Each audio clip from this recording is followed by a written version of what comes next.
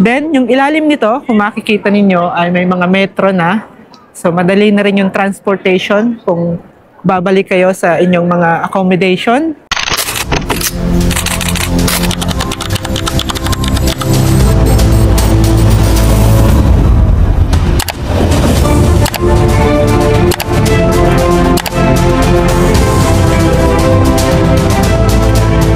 Magandang umaga sa mga kapwa ko Pilipino dito sa Milan, Italy. So day 2 ng aking pagstay dito at pagpasyal, mga kababayan. So around 10:55 AM dito ng umaga.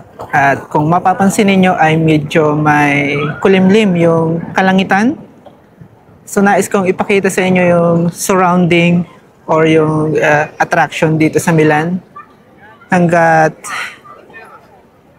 sa pagstay ko dito bukas. So nais kong maglakad-lakad, kumbaga ikutin itong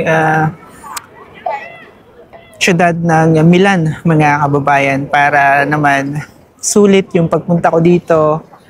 Then baka mamaya kumain ulit ako dun sa Jollibee or kumain ng pizza para sulit yung pagpunta dito.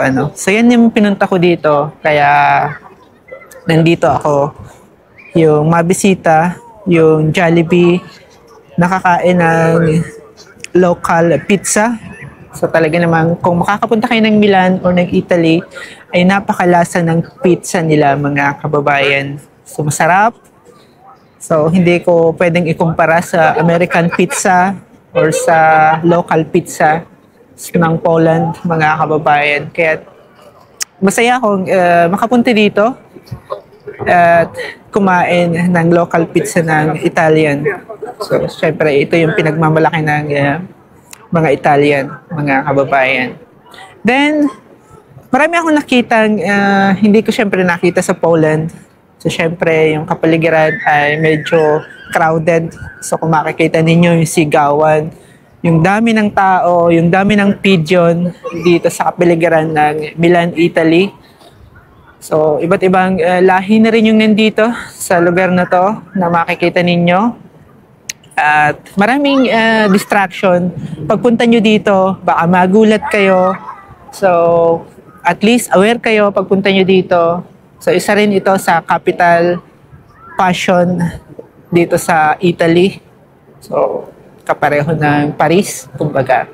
So marami rin kasing mga kilalang personalidad ang pumupunta dito sa buong mundo para rumampa at ipakita yung ganda ng kasuotan nila, So katulad ng kasuotan ko ngayon, so makikita nyo, medyo binagay ko yung outfit ko dito sa lugar ng Milan, Italy. So para makasabay tayo kahit konti, kahit 5% lamang ng style nila ay makasabay si kabayan. So in terms naman sa mga building dito ay magkakapareho lang talaga ang Europe. So syempre magkakaiba lang ng paniniwala, Iba yung paniniwala ng mga taga North, iba yung paniniwala ng mga taga West Europe, iba yung paniniwala ng mga taga South. So, taga-South itong mga Italian. So, mga loud sila. Yung iba ay parang ang datingan lagi ay galit, So, kaya huwag kayong magugulat pagpunta nyo dito ay ma-encounter nyo yan. So, maranasan ninyo. So, huwag kayong magulat or mabigla.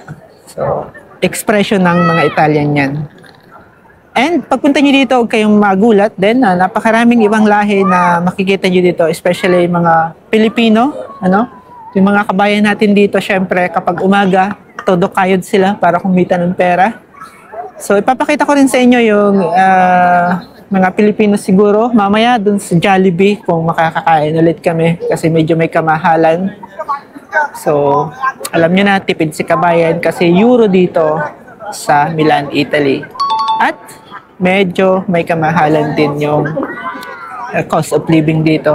So, sa aking observation for 3 days na stay dito, ay medyo may kamahalan talaga mga kababayan. Ano? So, si Kabayang Adrian ay medyo umaray ang bulsa.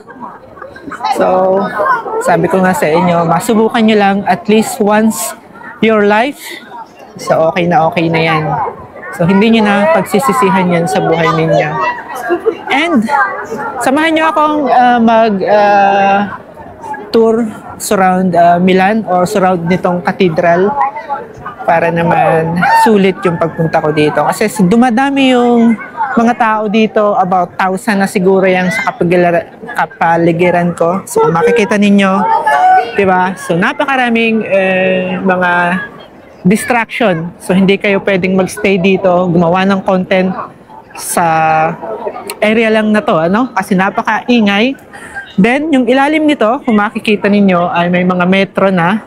So, madali na rin yung transportation kung babalik kayo sa inyong mga accommodation para magpahinga, maligo, or kumain kung ayaw ninyong kumain sa restaurant dito kasi medyo may kamahalan. Then, dito, sa area na to, especially yung building na yon, so, dyan yung lugar ng mga luxury. So, ipapakita ko rin sa inyo yung lugar ng mga mayayamang tao. So, nakaupo sila doon, kumakain. At, syempre, nagpapahinga din, ano? So, dito naman, dito mamaya pupunta ako para ipakita sa inyo. Then, yung statue na yon, so hindi ko naman kilala yung statue na yon. So, at least, pagpunta nyo dito, alam nyo na rin. So, landmark din yun dito, mga kababayan. So, doon sa area na yun, papunta doon ang Jollibee. Meron doon Jollibee sa area na yun. So, kung makikita nyo, balik tanaw lang kayo dito sa aking video. Pagpunta nyo dito, syempre, and syempre itong cathedral na pinagmamalaki ng Milan, kung saan napakaraming mga tao ang gustong mag-selfie, magpa-picture, at gumawa ng memories dito sa area na to, mga kababayan. Kaya enjoy nyo pagpunta nyo dito and samahan nyo ako sa lakad-lakad ko dito surround cathedral, mga kababayan. Sa loob ng 6 na oras or hanggang 7 oras na paglalakad dito sa gilid ng cathedral, saan ay marami akong nakitang iba't ibang attraction, syempre. So kung nandito na kayo sa Europe for about 5 years or 3 years, let's say like that. So pare-pareho lang naman talaga yung style. Kaya para sa akin ay nothing special itong Milan. Siyempre ito lang cathedral na nasa likuran ko yung kakaiba. So meron din itong ganitong style sa Poland pero hindi naman ganito karaming design. So sa Poland kasi, konti lang yung mga design, pero in terms of old structure, so meron din doon. At ang pagkakaiba dito sa Milan, buong surrounding na nakita ko ay halos lahat ay old buildings, mga kababayan. So ito yung attraction nila dito kapag pumunta kayo. Attraction nila sa mga Asian at sa iba't ibang Middle East, nakakasakop sa Middle East. So nakaka-attract yan para sa mga naninirahan doon at sa mga naninirahan sa Asian. Kasi wala naman tayong masyadong ganito or wala naman talaga tayong ganitong structure, ano. Kaya para sa akin ay overall sulit pa rin yung pagpunta ko dito. So ito yung day 2 na pagpunta ko dito sa Milan. At syempre pinuntahan ko din yung Jollibee kung saan ay kumain ako ng steak. So 2 rice, then burger. No? So na-miss ko kasi yan. Then nag-ikot-ikot ako. So sabi ko nga sa inyo, pumunta rin ako doon sa castle. So maraming castle sa Europe kayong makikita. At mapupuntahan kapag nandito na kayo. Especially kung OFW kayo dito sa Europe or dito kayo nagtatrabaho. Once na magkaroon kayo ng temporary stay sa bansa ninyong pinagtatrabahuhan. So magagamit niyo yan para makapag-travel. Kaya ikaw, kabayan, ay magtiyaga kung napapanood mo ito sa Poland. So sabi ko nga sa iyo, magagamit mo yan anytime na gusto mong mag-travel. At samahan niyo ako sa mga susunod kong travel siguro by next year or this year. I hope makapag-travel pa ulit. So samahan niyo ako sa kwento ng buhay ko sa Poland, sa kwento ng buhay ko dito sa Europe, mga kababayan. At para dun sa mga hindi pa nakakakilala sa akin, anyway, ako si Adrian at isa kong OFW sa Europe. At maraming salamat sa mga sumusubaybay at sumusubscribe sa aking YouTube channel.